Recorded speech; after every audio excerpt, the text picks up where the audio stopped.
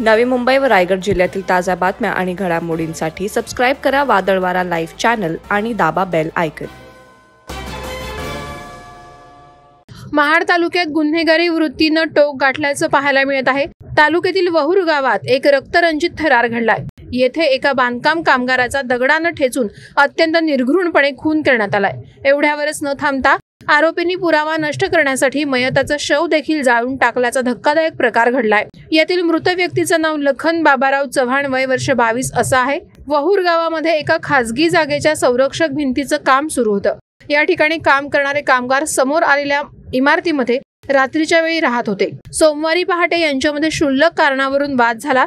त्यातच राग अनावर झाल्याने आरोपींनी लखन चव्हाणची दगडानं ठेचून हत्या केली। त्यानंतर निर्दयी आरोपींनी लखनचं शव इमारतीमधून खेचत बाहेर आणलं। समोरील नाल्यात शव टाकून त्याला आग लावण्यात आली। याबाबतची माहिती पोलिसांना मिळताच महाड शहर पोलिसांनी घटनास्थळी धाव घेतली। तसंच अलिबागमधून श्वान पथकालाही पाचारण करण्यात आले। मयत व्यक्तीच्या सोबत असलेल्या काही संशयितांना चौकशीसाठी ताब्यात घेण्यात आले। या संपूर्ण घटनेचा पुढील तपास महाड पोलीस करत आहेत। वादळवारा लाईव्ह साठी रामदास चव्हाण, महाड। नवी मुंबई व रायगड जिल्ह्यातील ताज्या बातम्या आणि घडामोडींसाठी सबस्क्राईब करा वादळवारा लाईव्ह चॅनल आणि दाबा बेल आयकॉन।